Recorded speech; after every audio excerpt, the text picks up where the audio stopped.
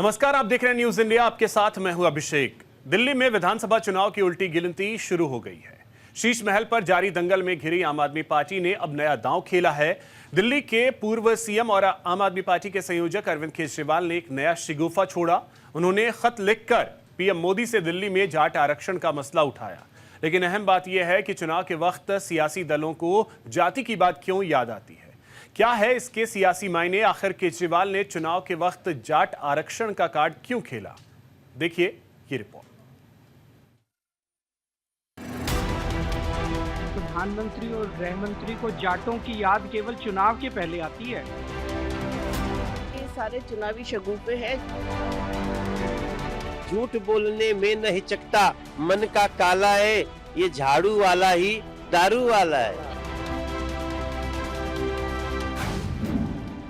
राजधानी दिल्ली में विधानसभा चुनाव, केजरीवाल की पीएम मोदी को चिट्ठी। अब जाट आरक्षण पर जोरदार संग्राम, जाट रिजर्वेशन की बात चुनावी बिसात। राजधानी दिल्ली में विधानसभा चुनाव के ऐलान के साथ ही हर रोज सियासी दल वोटर्स को लुभाने के लिए नए बिसात बिछा रहे हैं। इसी कड़ी में दिल्ली के पूर्व सीएम और आम आदमी पार्टी के संयोजक ने एक नया दांव खेला है। उन्होंने पीएम मोदी को खत लिखकर दिल्ली में जाट आरक्षण का मसला उठाया है।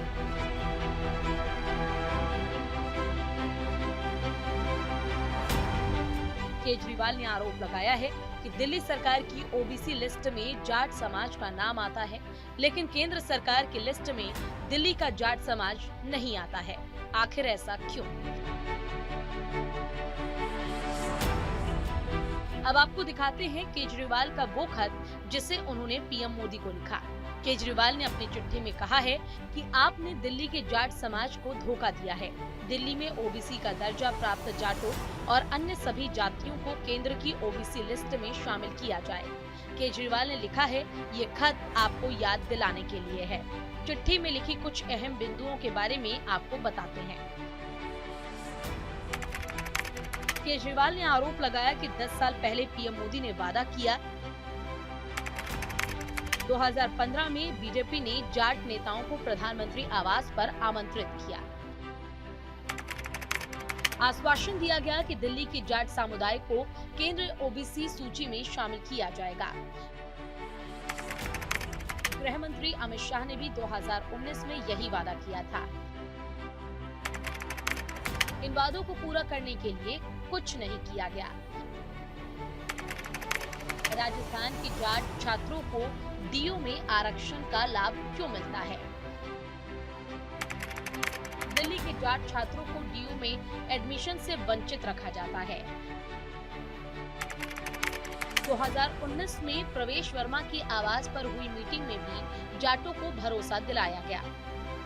पिछले 10 साल में 3 बार दिल्ली के देश के गृह मंत्री ने और एक बार देश के प्रधानमंत्री ने पूरे जाट समाज को बुला के बोला, अगर प्रधानमंत्री और गृह मंत्री झूठ बोलेंगे, अगर प्रधानमंत्री और गृह मंत्री अपने वादे को पूरा नहीं करेंगे, अगर प्रधानमंत्री और गृह मंत्री को जाटों की याद केवल चुनाव के पहले आती है। आप देख रहे हो, हर चुनाव के पहले जाट समाज को बुलाते हैं, कहते हैं वोट दे दो, इस बार वोट दे दो, अगली बार कर देंगे, इस बार वोट दे, और कभी नहीं करते, कभी नहीं करते। अगर प्रधानमंत्री और गृह मंत्री इस तरह से झूठ बोलेंगे तो फिर तो देश में कुछ बचेगा ही नहीं। फिर क्या बचेगा उसके बाद? किसके पास जाएं इसके बाद? वहीं केजरीवाल के लेटर बम को डिफ्यूज करने में बीजेपी जुट गई है। बीजेपी ने केजरीवाल को ही आरक्षण के मसले पर घेरने की कोशिश की है। पार्टी के आला नेता केजरीवाल पर हमलावर हैं।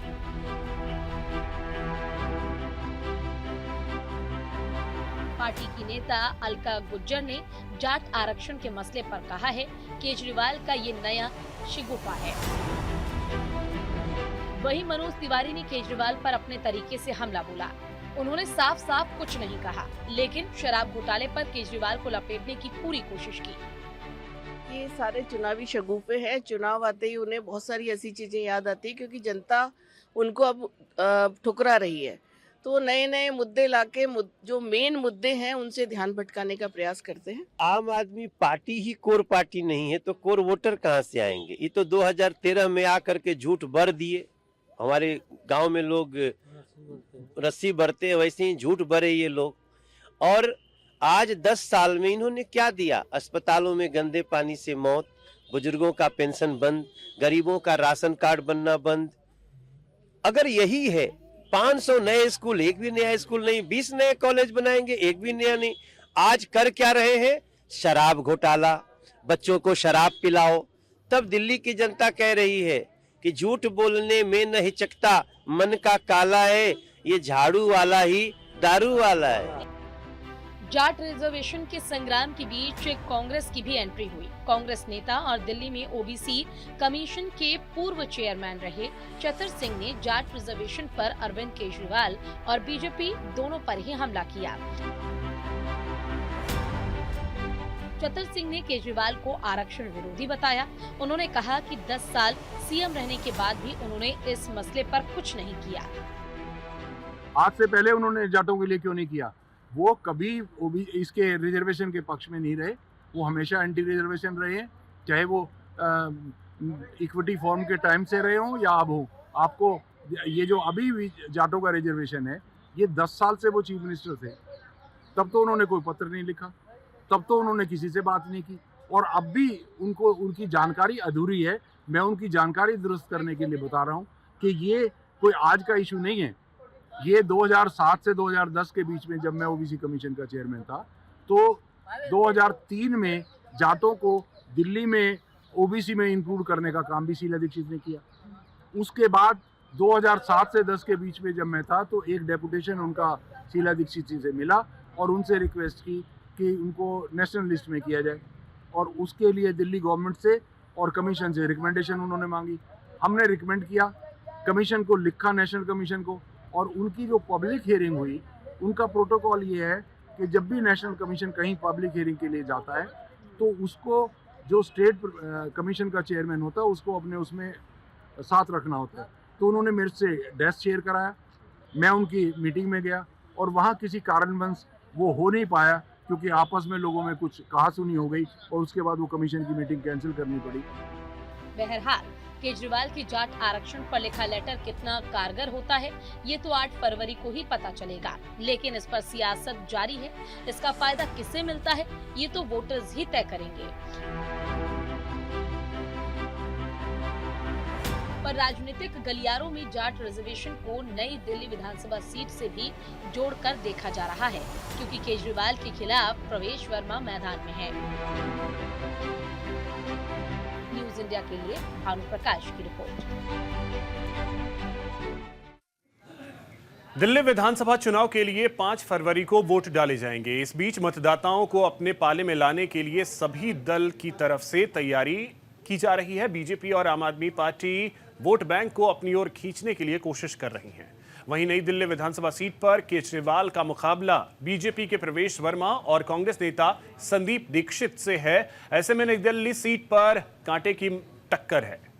प्रवेश वर्मा दिल्ली के पूर्व सीएम साहिब सिंह वर्मा के बेटे हैं। उनका जाट वोटर्स में पकड़ अच्छा है। वहीं संदीप दीक्षित कांग्रेस की पूर्व नेता और दिल्ली की पूर्व सीएम शीला दीक्षित के बेटे हैं। 2 सीएम सुपुत्रों का मुकाबला दिल्ली के पूर्व सीएम से। ऐसे में जाट रिजर्वेशन का दांव खेलकर केजरीवाल ने इस मुकाबले को और दिलचस्प बना दिया है। प्रवेश वर्मा को चुनाव लड़ने से उसको डिबार किया जाना चाहिए। ये वही अरविंद केजरीवाल हैं जिन्होंने आज तक मेरे पत्र का जवाब भी नहीं दिया।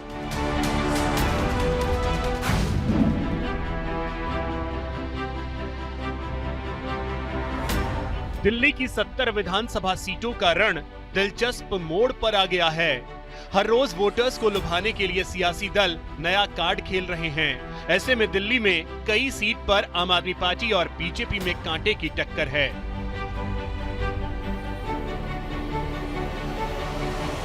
बीजेपी कांग्रेस भी फ्रंट फुट पर खेल रही हैं। ऐसे में वोटर्स को लुभाने के लिए सियासी दल हर रोज सियासी रेवड़ी बांट रहे हैं। इसी कड़ी में केजरीवाल ने एक नया शिगुफा छोड़ा है। उन्होंने जाट आरक्षण का मसला उठाकर केंद्र सरकार और बीजेपी को घेरने की कोशिश की है। दरअसल करीब 10 साल तक दिल्ली के सीएम रह चुके केजरीवाल ने आनन फानन में पीएम मोदी को जाट वोटर्स को अपने पाले में लाने की कोशिश की है।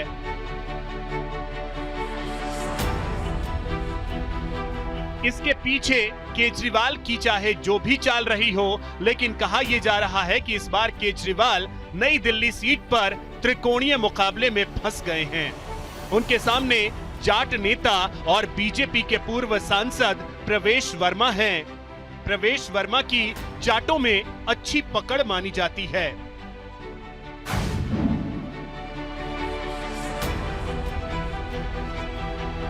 एक दौर में जाट मतों का बड़ा हिस्सा बीजेपी से मिलता रहा था।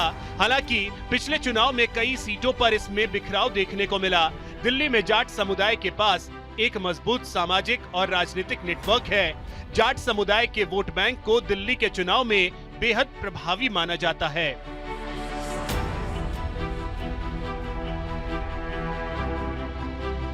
अरविंद केजरीवाल ने दिल्ली के जाट को केंद्र सरकार की ओबीसी लिस्ट में शामिल करने की मांग कर बीजेपी पर बड़ा हमला बोला है। इस पर प्रवेश वर्मा ने पलटवार किया। उन्होंने कहा कि साहिब सिंह वर्मा दिल्ली के मुख्यमंत्री थे और वह जाट समाज से थे। दिल्ली में सबसे पहले जाट मुख्यमंत्री बनाने का काम बीजेपी ने किया। वे इतने पर ही नहीं रुके। उन्होंने कहा कि केंद्र सरकार की ओबीसी लिस्ट में आज केजरीवाल जाट समुदाय को शामिल कराने की बात कर रहे हैं। ओबीसी आयोग को संवैधानिक दर्जा देने का काम मोदी सरकार ने किया है।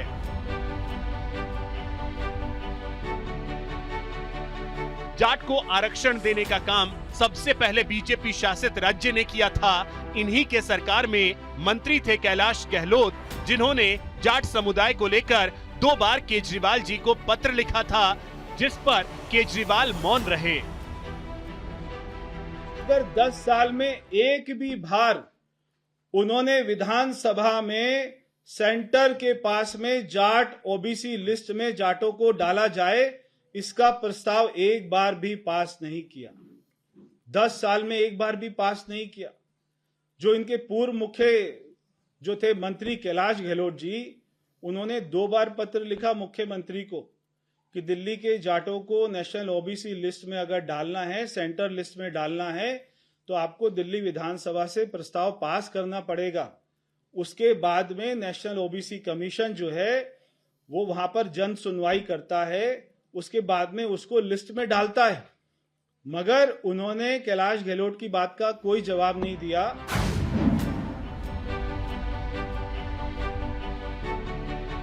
बीजेपी नेता प्रवेश वर्मा ने आरोप लगाया कि जाट को लेकर केजरीवाल सियासत कर रहे हैं। केजरीवाल ने जाट समुदाय के लिए अब तक कोई काम नहीं किया।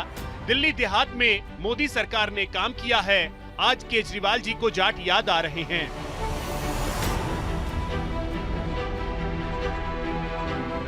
इतना ही नहीं, प्रवेश वर्मा ने केजरीवाल पर यह भी आरोप लगाया कि खेती की जमीन पर केजरीवाल की सरकार ने बिजली बिल माफ क्यों नहीं किया। अरविंद केजरीवाल ने मेरे पिताजी का समाधि स्थल नहीं बनवाया। कि मेरे पिताजी डॉक्टर साहिब सिंह वर्मा जी का समाधि स्थल वो दिल्ली सरकार की जमीन के अंदर है, तो आप वो समाधि स्थल का निर्माण करवा दीजिए। ये वही अरविंद केजरीवाल हैं जिन्होंने आज तक मेरे पत्र का जवाब भी नहीं दिया। आज जब इनको लग रहा है कि सारी सीटें भारी दिल्ली की, मैं भारी दिल्ली का नाम इसलिए ले रहा हूं क्योंकि पहले सारे दिल्ली देहात के क्षेत्र में ये सारी सीट को भारी दिल्ली के रूप में जाना जाता था, जहां से मेरे पिताजी एमपी का चुनाव लड़ते थे। आज पूरे भारी दिल्ली में जो 28 सीटें आती है 70 में से, सारी 28 की 28 सीटों में सारे देहात की गांव की मीटिंग हुई। वहां पर यह तय हुआ कि अरविंद केजरीवाल को वोट हमें नहीं करना है। ये 28 की 28 सीटें इस बार भारतीय जनता पार्टी भारी बहुमत से जीतेगी। ऐसे में दिल्ली विधानसभा चुनाव बेहद अहम मोड़ पर आ गया है। इसका अंदाजा इससे भी लगाया जा सकता है कि केजरीवाल के खिलाफ जाट रिजर्वेशन के साथ प्रवेश वर्मा को घेरने में जुट गए हैं।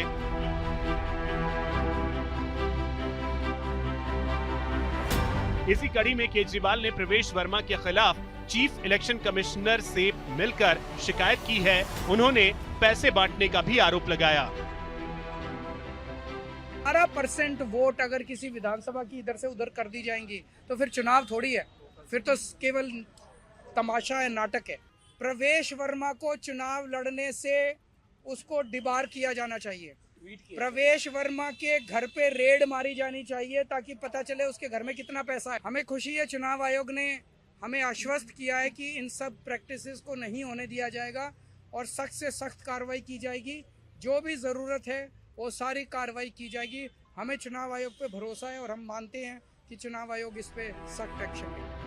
भले केजरीवाल दिल्ली में जाट रिजर्वेशन को मुद्दा बना रहे हैं, लेकिन प्रवेश वर्मा पर उनका लगातार हमले की सियासी गलियारे में चर्चा का विषय बना हुआ है, क्योंकि नई दिल्ली सीट पर बीजेपी ने प्रवेश वर्मा को उतारकर केजरीवाल को वॉक ओवर न देने का जो फैसला किया है, जिससे केजरीवाल नई दिल्ली के रण में हर रणनीति अपनाकर अपनी पकड़ को कम नहीं होने देना चाहते हैं।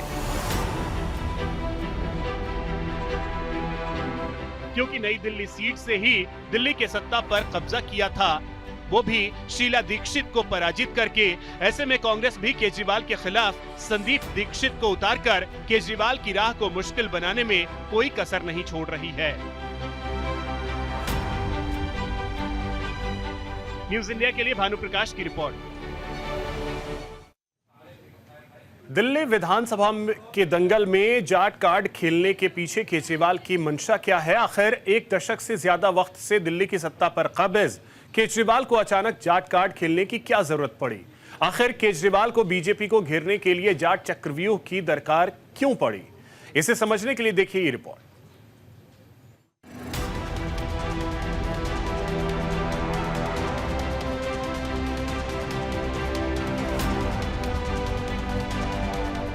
दिल्ली में 5 फरवरी 2025 को वोटिंग हुई है। इसमें दिल्ली के करीब 1,55,00,000 वोटर्स हैं। अगर बात करें पिछले विधानसभा चुनाव 2020 से अब तक 5 साल में करीब 8 लाख मतदाता बढ़ाए गए हैं।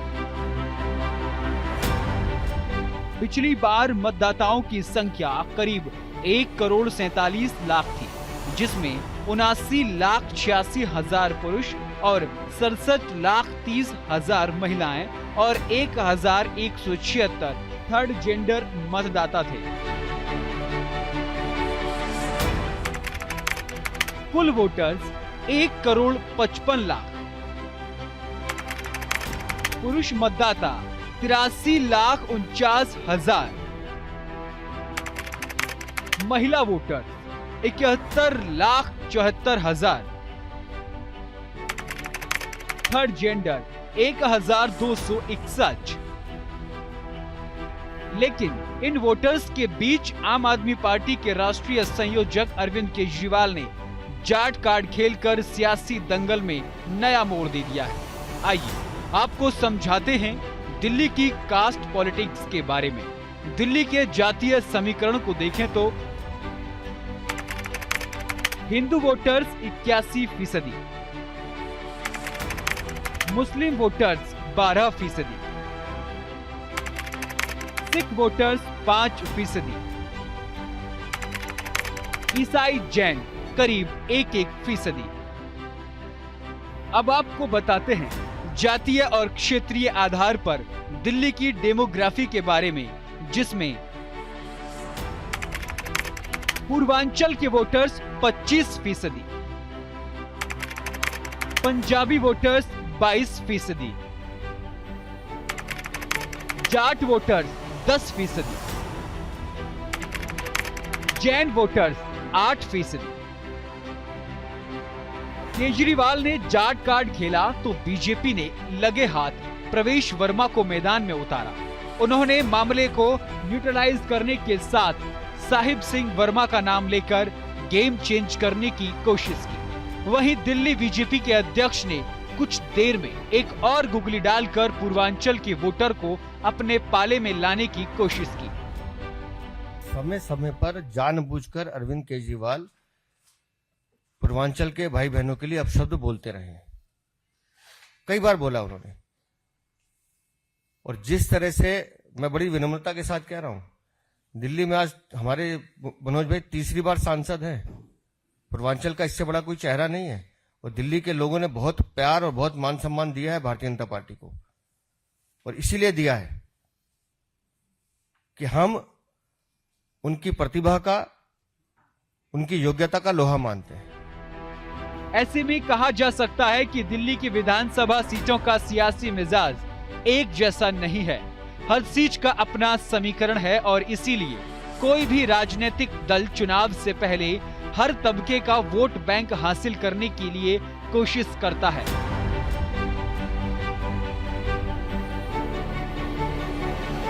आम आदमी पार्टी के अस्तित्व में आने के बाद पिछले 3 विधानसभा चुनाव परिणाम को देखें तो उनमें पूर्वांचल, वैश्य, पंजाबी और जाट मतदाता का रुझान उनकी तरफ रहा है।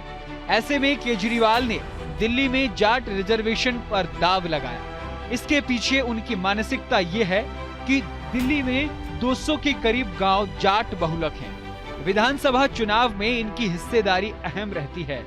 बाहरी दिल्ली के तहत आने वाली विधानसभा सीटें नरेला, बवाना, मुंडका, नजफगढ़, बिजवासन, नांगलोई। फिलहाल इतना ही। नमस्कार।